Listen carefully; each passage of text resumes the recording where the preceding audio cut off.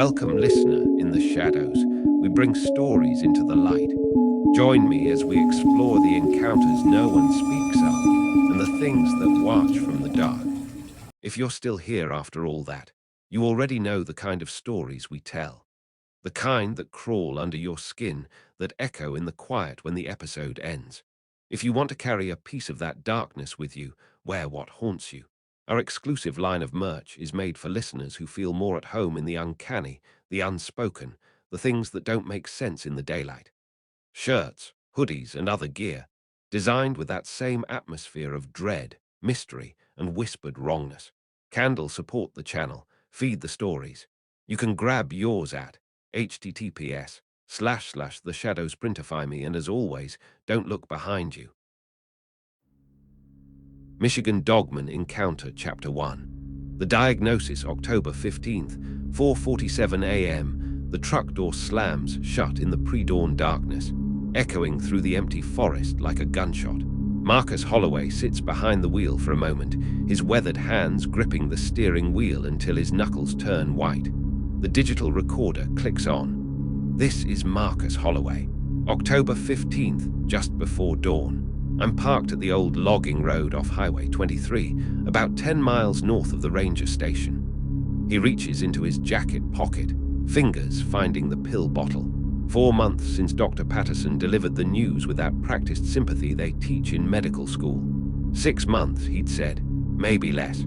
The cancer had spread faster than wildfire through dry timber. The oncologist said 6 months. That was 4 months ago. The pain's getting worse, but that's not why I'm here. Marcus pulls out a crumpled piece of paper, Tommy Breslin's statement, handwritten in the careful script of someone who doesn't write much. The kid had been shaking when he came to Marcus's door last Tuesday, eyes wide with something that went beyond fear. I'm here because of what Tommy Breslin saw last Tuesday. Tommy's a good kid. Doesn't drink, doesn't lie. He was checking his trail cameras when he saw it, 7 feet tall, walking upright through the birches like it owned the place. The wind picks up outside, rattling the truck's windows. Marcus can smell the October air through the vents, dying leaves, damp earth, and something else. Something wild. Covered in dark fur, but the head, Christ, the head was all wrong, like a wolf but bigger, broader. And the eyes, he said. The eyes looked back at him like they were thinking. Marcus closes his eyes, remembering his father's stories. Old tales passed down through generations of hunters, dismissed as folklore by anyone with sense. But sense had a way of failing you when you were facing your own mortality. I've been hunting these woods for 43 years. My father hunted them before me. If there's something out there, something that doesn't belong, I need to know what it is before I can't anymore. The horizon begins to lighten, painting the forest in shades of grey and amber. Marcus shoulders his pack, checks his rifle one last time, and steps out into the Michigan morning. First light's coming. Time to go. Chapter 2. The sign recording 2 October 15th, 6:23 a.m. The game trail winds through stands of birch and oak, their leaves crackling underfoot like old bones. Marcus moves carefully, his breathing heavier than it used to be. The cancer has settled in his lungs like a nest of thorns, each breath a reminder of what's coming. Following a game trail about a mile northeast of the truck, the forest feels different this morning, quieter, like everything's holding its breath. He pauses at a clearing where the morning mist clings to the ground like ghostly fingers. No birds singing, no rustling of small animals in the underbrush, just silence so complete it makes his ears ring. Found something strange about 200 yards back, a deer carcass, but it wasn't taken by any animal I know. The hindquarters were untouched, but the neck was. Twisted, broken clean through. Takes incredible strength to do that to a full-grown whitetail. Marcus had seen thousands of kills in his lifetime. Bears that left distinctive claw marks, coyotes that went for the soft belly, even the occasional mountain lion that took the neck clean. But this was different, deliberate, almost ritualistic. There's something else, the smell. It's not like any animal I've tracked, musky but with something underneath, something that makes my skin crawl. The scent hangs in the air like a question mark. Wild, yes, but intelligent, aware. It reminds him of the way the house smelled after Sarah died, not just empty but expectant, like something was waiting. Sarah always said I had a nose for trouble. God, I miss her. 2 years next month. She made me promise I'd fight this thing in me, but some fights you can't win. A branch snaps somewhere ahead, then another. The sound is too regular, too purposeful to be the wind. Marcus feels his pulse quicken, but it's not fear, it's anticipation. The trail's getting fresher. Whatever did this, it's still close. Chapter 3. The Territory, October 15th, 8:45 a.m. Marcus follows the game trail deeper into the forest, where the canopy grows thick enough to block most of the morning sun. The air here is different, older, heavier with secrets. Tree trunks bear strange markings, too high and too deep for any animal he knows. The trees are marked here, claw marks, but they're 8 feet up the trunk. Deep gouges like something was asserting dominance, marking territory. He runs his fingers along the scored bark of an ancient oak. The marks are fresh, maybe a day old. Whatever made them has claws like railroad spikes and the strength to drive them deep into hardwood. This is deliberate, systematic. The marks are spaced exactly 12 feet apart along the trail, like boundary markers, like something's warning others to stay away. Marcus checks his rifle, more from habit than concern. The .30 to 6 could drop a black bear at 100 yards, but looking at these marks, he wonders if it would be enough. The creature that made them is something beyond his experience, beyond his understanding of what's possible in these woods. I keep thinking about Dad's stories. He used to say the old growth held things that weren't quite animal, weren't quite human, things that belonged to the forest itself. I thought they were just stories. The trail curves ahead, disappearing into a stand of white pines so tall they seem to scrape the sky. Between their trunks, shadows move in ways that don't match the breeze. Marcus feels watched, evaluated, measured. The cancer's spreading faster than the doctors predicted. I can feel it in my bones now, like ice water in my veins. But out here, following this thing, I feel more alive than I have in months.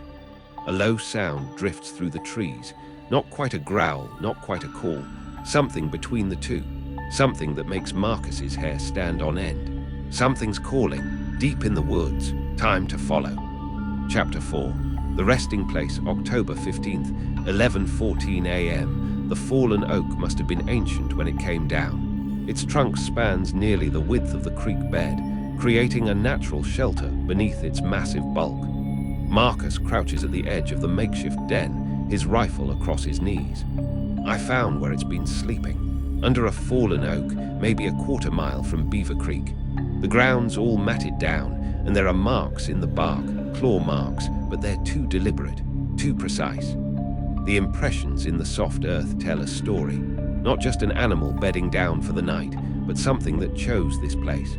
Something that understood shelter, protection, territory. The claw marks aren't random scratches, they're symbols, patterns that speak of intelligence. The tracks are clearer here. Front paws are massive, but the hind legs, they're different, longer, built for standing upright. This thing is an evolutionary impossibility, but the evidence is right here in front of me. Marcus runs his fingers along one of the prints. The soil is still soft, still holding the perfect impression of something that shouldn't exist. 4 toes in front, but the back feet are different, almost human in their proportions, but scaled up to something monstrous. There's something else. Personal items, human items, a watch tarnished silver, a wedding ring, a child's toy truck, rusted but recognizable. The objects are arranged in a careful circle at the center of the sleeping area, not scattered randomly but placed with intention, like offerings, like memorials. These aren't from recent kills, the rust, the wear. These have been here for years. Decades, maybe. This thing has been collecting them, remembering. Marcus picks up the child's truck, turns it over in his hands. The paint is almost completely gone, but he can still make out the word Tonka stamped into the metal. He thinks of his own grandson, safely at home in Grand Rapids, and his blood runs cold. Whatever this thing is, it's not just a predator. It's a keeper of memories, a guardian of the lost. The wind shifts, carrying that wild scent again. Marcus looks up to find he's no longer alone. Chapter 5. First contact, October 15th, 2:35 p.m. Marcus's voice shakes as he speaks into the recorder. He's moved to the creek bank, the water rushing over stones worn smooth by centuries of current. His hands won't stop trembling. Jesus Christ, I saw it. The encounter replays in his mind like a fever dream. The creature stepping out from behind the fallen oak, moving with a grace that defied its size. 8 feet tall, maybe more, covered in dark fur that seemed to absorb the afternoon light. It was there when I looked up, just standing at the edge of the clearing, maybe 30 yards away, watching me handle those personal items. And when our eyes met, when our eyes met, I understood. But it was the eyes that stopped Marcus cold. Not the yellow eyes of a wolf or the black eyes of a bear. These were different, ancient, intelligent. Eyes that had seen things Marcus couldn't imagine, that held knowledge older than the forest itself. It didn't threaten me, didn't bare its teeth or make any aggressive moves. It just acknowledged me, like it was saying, "You're not supposed to be here, but I understand why you are." Marcus pulls out his pill bottle, dry swallows 2 morphine tablets. The pain in his chest is getting worse, spreading like fire through his ribs. But seeing the creature has changed something. The pain feels different now, less like an ending, more like a transformation. I tried to speak to it. Sounds stupid, but I said, "I'm dying." And I swear it nodded, just once, like it already knew. The creature had watched him for maybe 10 minutes, never moving, never looking away. Then it had simply melted back into the forest, leaving Marcus alone with his racing heart and the certainty that his life had just changed forever. I'm not afraid anymore. I should be terrified, but I'm not. This thing, whatever it is, it's not here to hurt me. It's here for something else, something I don't understand yet. The wind picks up, carrying that wild scent again. Marcus looks around, but the creature is gone. Still, he can feel it watching from somewhere in the trees, patient, waiting. It's still out there, still watching. I can feel it. Chapter 6. The offering, October 15th, 4:18 p.m. Marcus has made camp by the creek, more ritual than necessity now. His small fire crackles and pops, sending shadows dancing across the trees. The creature hasn't shown itself again, but Marcus knows it's there, waiting. I've been thinking about those personal items. The watch, the ring, the toy truck. They weren't trophies, they were offerings, remembrances. This thing, it's not just a predator, it's a keeper of the lost. He reaches into his pack, pulls out his own wedding ring. He'd stopped wearing it after Sarah died, couldn't bear the weight of it on his finger.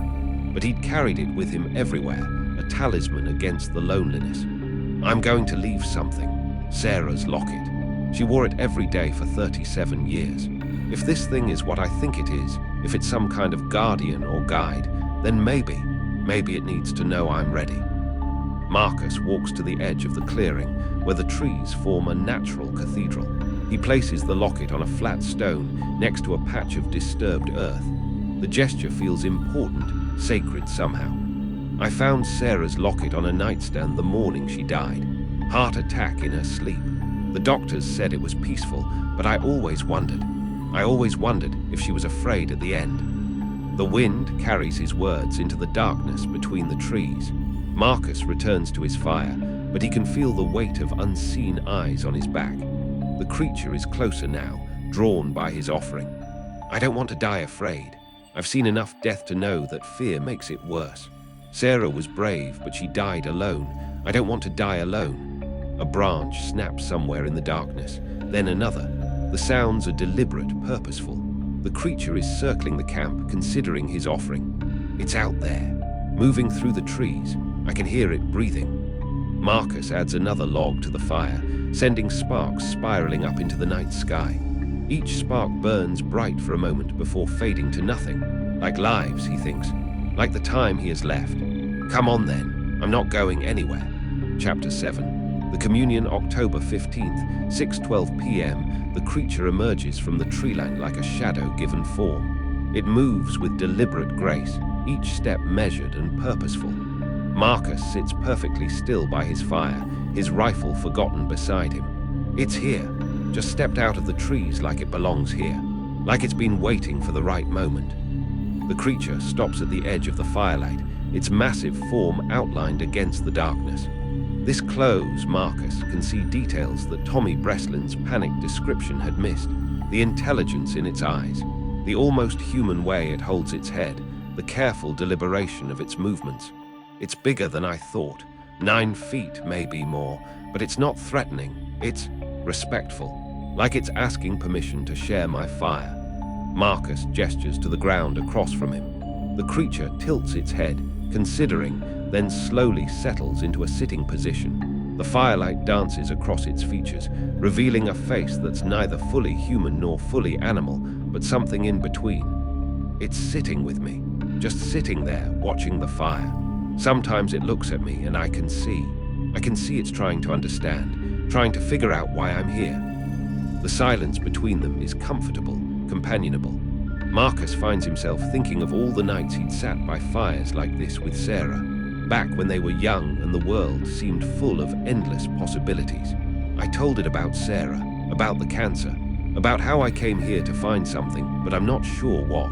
And it listened. I know that sounds crazy, but it listened. The creature shifts slightly, and Marcus catches sight of something that makes his breath catch. Around its neck, barely visible through the thick fur, is a chain. A human chain tarnished with age. It's wearing something. A necklace, human-made. Christ, how long has this thing been out here? How many people has it? Guided, the creature follows his gaze, then reaches up with one massive hand. It pulls the chain free, revealing a simple silver cross. The metal is old, worn smooth by decades of handling. The creature holds it out to Marcus. It's showing me something. A cross. Old silver. Someone else's offering, I think. Someone else who came here to die. Marcus reaches out slowly, carefully. The creature drops the cross into his palm. The metal is warm, as if it's been worn against skin recently. I'm not alone out here. I'm not the first. Chapter 8. The recognition, October 15th, 8:45 p.m. The fire burns lower between them, but neither Marcus nor the creature moves to feed it. They sit in comfortable silence, two beings from different worlds, sharing the same space between life and death. I've been thinking about what this thing is, what it represents. My grandfather used to tell stories about the old days when the Ojibwe still lived in these woods. He said they had a word for creatures like this. Wendigo, but not quite. Something else. Marcus turns the silver cross over in his hands, feeling the weight of someone else's faith. The creature watches him with those ancient eyes, patient as stone. He called them the guides, said they appeared to people who were lost, who were dying, who needed to cross from one world to the next.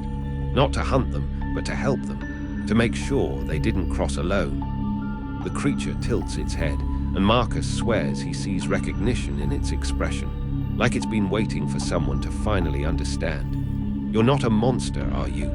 You're a guardian, a shepherd for the lost and dying. That's why you collect those personal items.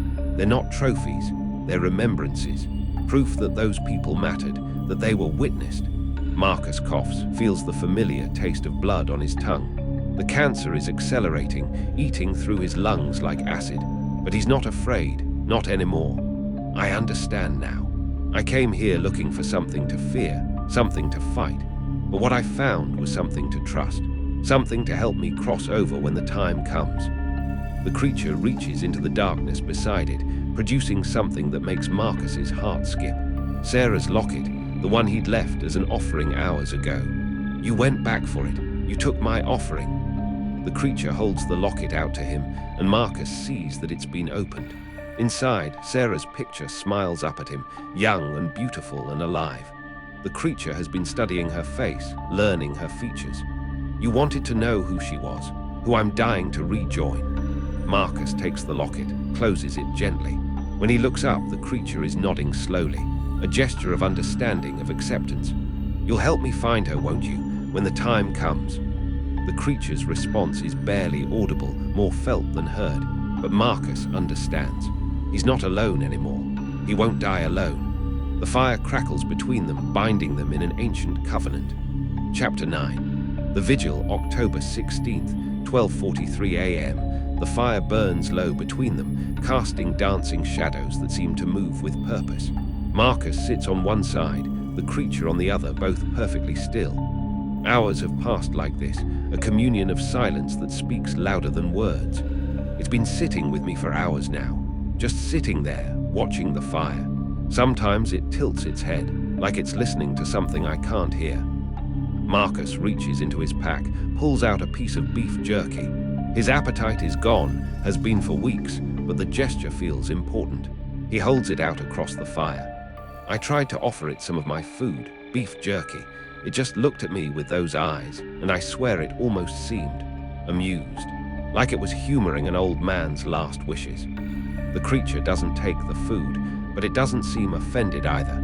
It simply waits, patient as the trees themselves. Marcus realizes this being doesn't need his food. It feeds on something else entirely. I've been thinking about all the animals I've killed in these woods. Decades of hunting, of taking life to sustain life. But this feels different. This feels like reciprocity, like the forest is finally taking me back. The coughing fit hits him without warning. Blood specks the ground beside him, black in the firelight. The creature doesn't move, doesn't react. It simply waits, patient as stone. The blood's coming up more now. Won't be long, but I'm not scared. This creature, this impossible thing, it's keeping vigil with me, like it understands that dying alone is the cruelest thing in the world. Marcus thinks about his children, scattered across the country with lives of their own. He told them not to come, that he needed to handle this on his own. But he hadn't been alone, not really. I keep thinking about all the people it's watched over, all the souls it's helped across. That cross I'm holding, it belonged to someone else. Someone who died out here, but not alone. The creature shifts slightly, and Marcus sees something new in its eyes. Not just patience, but purpose. This ancient thing knows about the cycle of life and death, about the necessity of both taking and giving. This thing could kill me without effort, but it won't. It's not here to take, it's here to witness, to make sure I don't face this alone. The fire burns lower, the creature remains, the vigil continues. Chapter 10. The Memories, October 16th, 2:15 a.m. Marcus's voice is weaker now, each word an effort. The creature has moved closer, close enough that he can feel its body heat across the dying fire, close enough to see the scars that crisscross its massive frame. It's moved closer. I can see the scars on its hide, bullet wounds, some of them, old ones. This thing has been shot at, hunted, but it survived. It's endured. The scars tell a story of encounters with humans over the decades. Some fearful, some violent, but the creature has persisted. It's learned to avoid the ones who would harm it, to seek out the ones who need its help. I wonder how long it's been out here, how many people it's guided across. That collection of personal items, they span decades, maybe longer. Marcus pulls out his wallet, extracts a picture of his family. Sarah and the kids at Christmas, maybe 10 years ago. Everyone smiling, everyone alive and healthy and full of hope. This is my family. My wife Sarah, she died 2 years ago. My son David, he's a teacher in Detroit. My daughter Rebecca, she's a nurse in Colorado. They don't know I'm out here. They don't know I'm dying. The creature leans forward, studying the photograph with intense interest. Its eyes move from face to face, memorizing each feature, adding them to its collection of memories. I should have told them, should have said goodbye properly, but I was afraid of being weak in front of them, afraid of being a burden. The creature makes a sound then, low and mournful. It's not a growl or a roar, but something else, something that sounds almost like sympathy. You understand, don't you? You understand about being alone, about carrying the weight of all those memories. Marcus coughs again, harder this time. When he wipes his mouth, his hand comes away red. The creature watches without judgment, without fear. It's seen this before many times. I'm scared about what comes next. Not death, but what if there's nothing? What if Sarah isn't waiting for me? What if I just... Stop! The creature reaches out then, its massive hand covering Marcus's smaller one. The touch is warm, gentle, reassuring. In that moment, Marcus feels something he hasn't felt in months. Peace. Chapter 11. The crossing, October 16th, 4:17 a.m. Marcus's breathing is labored now, each breath a struggle. The cancer has spread through his lungs like wildfire, and he can feel his strength ebbing with each passing moment. But he's not afraid. The creature has moved even closer, its presence a comfort in the darkness. Getting close now. Can feel it in my chest, like drowning from the inside. But it's not painful anymore. It's peaceful, like falling asleep. The creature is so close now that Marcus can see his reflection in its eyes. He looks older than his 67 years, worn down by pain and loss. But there's something else there too. Acceptance, readiness. I understand now why people used to worship things like this. It's not just an animal. It's something between worlds. Something that exists in the space between life and death, between known and unknown. Marcus thinks about his grandfather's stories, dismissed for so long as the ravings of an old man. But the old man had been right. There were things in the world that couldn't be explained, only experienced, only accepted. My grandfather used to tell stories about spirits that guided souls across. Never believed him. But this thing, it's not here to hunt, it's here to help me cross over. The creature stands slowly, gracefully. It moves around the dying fire, coming to kneel beside Marcus. Up close, its wild scent is overwhelmingly powerful, but also comforting, like the smell of earth after rain. It's right beside me now. I can feel its warmth, its strength. It's going to help me cross, isn't it? It's going to make sure I don't go alone. Marcus's vision is blurring now, the edges of his world growing dark. But the creature is there, solid and real and eternal. A bridge between what is and what comes next. Sarah, I'm coming home. Kids, I love you. I'm not afraid anymore. The creature extends one massive hand toward Marcus. The touch is warm, solid, real. Marcus feels the pain in his chest begin to ease, replaced by something that feels like coming home. It's reaching out to me. Its hand is warm. So warm. Marcus takes the creature's hand, and suddenly he's not in the forest anymore. He's somewhere else, somewhere bright and peaceful and full of love. And Sarah is there, young and beautiful and smiling. I can see her. I can see Sarah. She's here. She's waiting for me.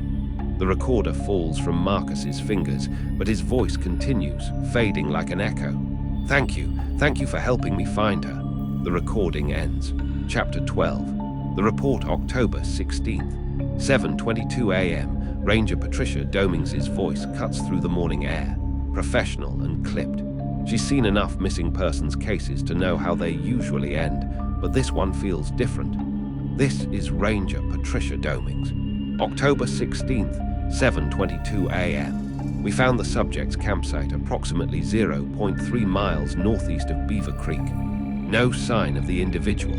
Personal effects were undisturbed, including this recording device.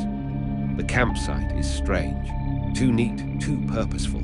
The fire has burned down to embers, but it's been tended recently.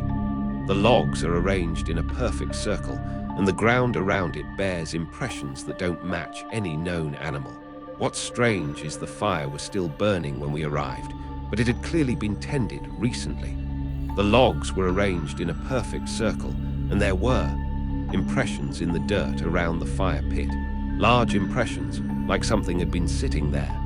Patricia keys her radio, reports their location to base. Standard procedure for a missing person case. But the tracks leading away from the campsite are anything but standard. We found a set of tracks leading north toward the deep woods. They start human-sized, but they change, get larger, more elongated. Trail goes cold at the rock face about a quarter mile up. She follows the tracks as far as she can, but they disappear into the wilderness that stretches beyond the reach of maps and reason. Two sets of tracks side by side. One human, one something else, both heading into the unknown. There's something else. Personal items arranged in a circle near the fire. A silver cross, a wedding ring, a child's toy truck. They look old, like they've been there for years, but they're arranged carefully like a memorial. Patricia stares at the collection of memories, each one representing a life, a story, a crossing. She thinks about the recording device, about the impossible story it contains, about the truth that can't be put in official reports. We'll continue the search, but given the subject's medical condition and the circumstances, we're not optimistic. The family's been notified. She takes one last look at the campsite, at the evidence of something that shouldn't exist. Then she turns back toward the ranger station, toward the world of paperwork and explanations and rational thought. Probably just the rain washing out the tracks. That's what we'll put in the report anyway. But Patricia knows what she saw.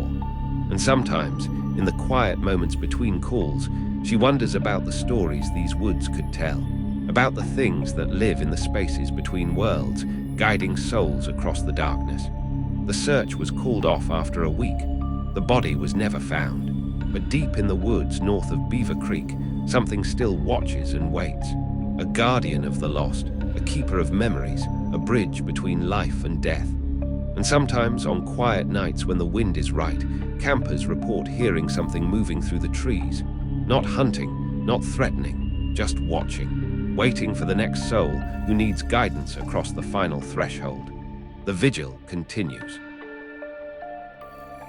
You made it back for now, but the things in the dark never truly leave, do they? They watch, they wait, and perhaps they remember you now too.